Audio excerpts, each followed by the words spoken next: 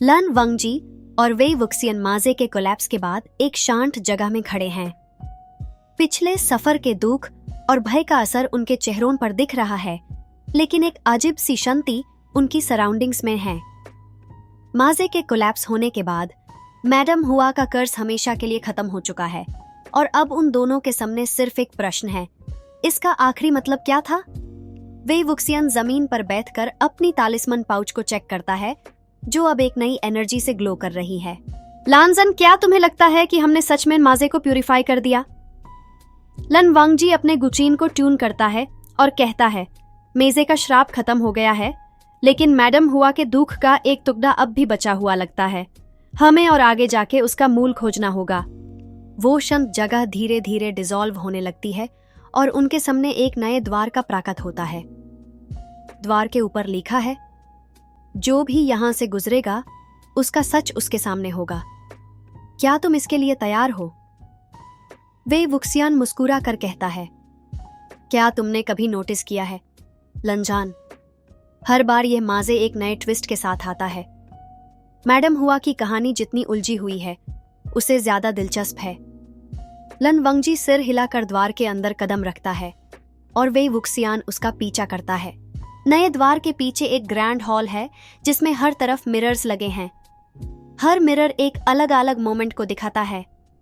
Madam हुआ का खुशी भरा जीवन, उसका प्यार और उसका धोखा।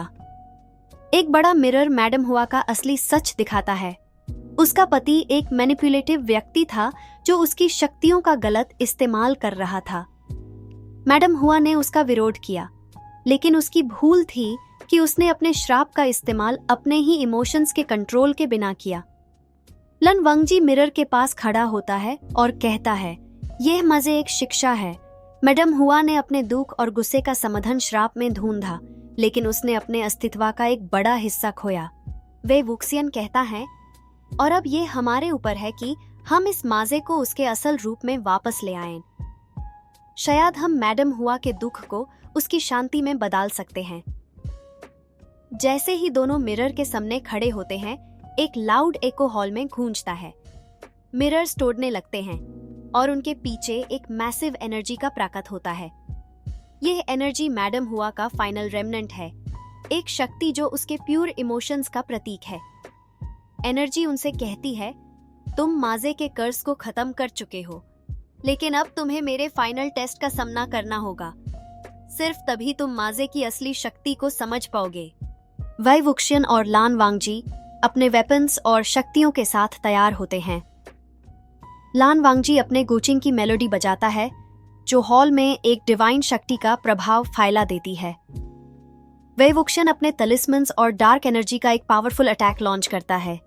एनर्जी का फॉर्म एक मॉन्स्ट्रस रूप ले लेता है और दोनों पर वर्षा के रूप में अटैक्स करता है।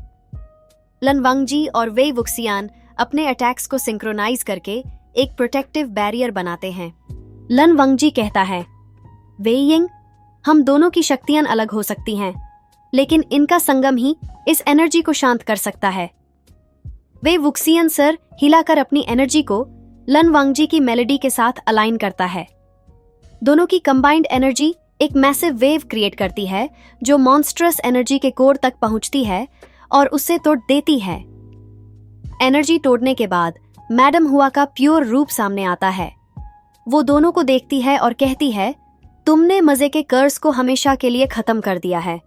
तुम दोनों की यूनिटी और डिटर्मिनेशन ने मुझे आजाद किया। अब यह मजे एक शांत जगह बन जाएगा। मैडम हुआ का रूप धीरे धीरे डिसॉल्व हो जाता है और दोनों एक प्यूरिफाइड वर्ल्ड में खड़े होते हैं। माजे अब एक सीरीन सैंक्चुअरी बन चुका है, जो पॉजिटिविटी और हीलिंग का प्रतीक है। लन वांगजी और वेई वुक्सियन माजे के प्यूरिफाइड फॉर्म में खड़े हैं। एक शांत और डिवाइन एनर्जी हर तरफ फैली हुई है। माजे के कोलैप्स के बाद उन्होंने सोचा था कि यह उनका अंतिम मोड़ होगा, लेकिन यह जगह एक नए सफर की शुरुआत लगती है। सामने एक शाइनिंग पूल है जिसमें एक प्राचीन तलवार और एक किताब रखी हुई है। पूल के करीब एक वॉइस उनका स्वागत करती है, तुम दोनों ने माजे के श्राप को खत्म करके एक नए अध्याय का दरवाजा खोला है, लेकिन यह सफर अभी समाप्त नहीं हुआ। वेई वुक्सियन क्यूरियस होकर पूल के पास जाता है और कहता है, लनजान, क्या तुम्हें यह सब एक टेस्ट लगता है या फिर माजे की असली शक्ति का एक और रूप? लन वंगजी अपनी गुचिन बजाकर एनवायरनमेंट को स्कैन करता है और कहता है, ये तलवार और किताब माजे के ओरिजिन से जुड़े लगते हैं। शायद ये मैडम हुआ की शक्तियों का असली रूप हो। वे वुक्सियन तलवार को उठाता है और धीरे से उसकी एंग्रेविंग्स पढ़ता है। तलवार के ऊपर लिखा है, ये तलवार उनका है जो न्याय और सच्चाई के लिए लड़ते हैं, लेकिन इसका बोझ वो ही उठा सकता है जो दिल और मन से एक हो। जैसे ही वे वुक्सियन तलवार को टच करता है, एक ब्राइट लाइट उसके और लनवंगजी के आसपास फैल जाती है। दोनों एक विजन देखते हैं जिसमें मैडम हुआ अपने प्राचीन रूप में दिखाई देती है। विजन में मैडम हुआ कहती है, ये तलवार माजे के श्राप के पहले का एक अवशेष है। ये शक्ति का प्रतीक है, लेकिन इसका इस्तेमाल सिर्फ वो कर सकते हैं जो एक दूसरे के ऊपर पूरी तरह भरोसा करते हैं। लन वंगजी किताब उठाकर उसके पेजेस पलटना शुरू करता है। किताब के पेजेस माजे की कहानी और मैडम हुआ के पति के बारे में और अधिक रोशनी डालते हैं। उसके अंदर एक खास प्रार्थना लिखी होती है जो माजे के अंदर छुपी हुई शेष डार्क शक्तियों को हमेशा के लिए शांत कर सकती है। लेकिन प्रार्थना को कंप्लीट करने के लिए एक सैक्रिफाइस चाहिए। वे वुक्सियन कहता है, लनझान, तुम्हें क्या लगता है ये सैक्रिफाइस का मतलब क्या है? क्या मैडम हुआ ने हमें मजे की शांति के लिए यहां तक लाया है? लन वंगजी कहता है, सैक्रिफाइस का मतलब हर बार जान देना नहीं होता। शायद ये हमारे अंदर के ज्ञान और शक्ति का एक पार्ट छोड़ने की बात है। जैसे ही दोनों तलवार और किताब के साथ विजन देखते हैं, माजे के प्यूरिफाइड वर्ल्ड में एक और डार्क एनर्जी का प्रकट होता है। यह एनर्जी माजे के कोलैप्स के बाद की बची हुई नेगेटिविटी का एक पार्ट है, जो मैडम हुआ के पति के बिट्रेयल और उसके पेन का प्रतीक है। डार्क एनर्जी उनसे कहती है, तुम दोनों माजे को खत्म करने आए थे, लेकिन यह दुनिया अभी भी मेरे श्राप के नीचे है। तुम्हें मुझसे लड़कर साबित करना होगा कि तुम इस दुनिया को डिजर्व करते हो। लन वंगजी और वे वुक्सियन अपने वेपन्स और शक्तियों के साथ तैयार होते हैं। लन वंगजी गुचिन की मेलोडी बजाकर एनर्जी के अटैक्स को न्यूट्रलाइज करने की कोशिश करता है, जबकि वे वुक्सियन तलिस्मन्स और तलवार का इस्तेमाल करके एनर्जी के कोर पर अटैक करता है। फाइट के दौरान दोनों समझते हैं कि सिर्फ इंडिविजुअल अटैक्स एनर्जी को खत्म नहीं कर पाएंगे। लन वंगजी कहता है, वे यिंग, हमें अपने सारे अटैक्स को कंबाइन करना होगा। यह एनर्जी हमारे अलग होने का फायदा उठा रही है। वे वुक्सियन एक पावरफुल टैलिस्मन बनाता है और उससे लन वंगजी की मेलोडी के साथ अलाइन करता है।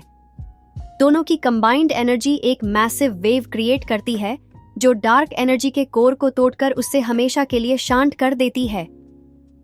डार्क एनर्जी डिसॉल्व होने के बाद मैडम हुआ का प्योर रूप एक बार फिर सामने आता है। वो दोनों को देखती है और कहती है, तुम दोनों ने सिर्फ माजे को नहीं बल्कि मेरे अंदर की डार्कनेस को भी शांत कर दिया है। अब ये दुनिया तुम दोनों की यूनिटी और शक्तियों का प्रतीक बनेगी। मेज के प्यूरिफाइड वर्ल्ड में एक डिवाइन ट्री का प्रकट होता है जो पॉजिटिविटी और हीलिंग का प्रतीक है। मैडम हुआ दोनों को ट्री के पास ले जाती है और कहती है, यह ट्री अब इस मेज की नई शक्ति बनेगा। तुम दोनों ने माजे की नेगेटिविटी को खत्म करके एक नए युग का आरंभ किया है।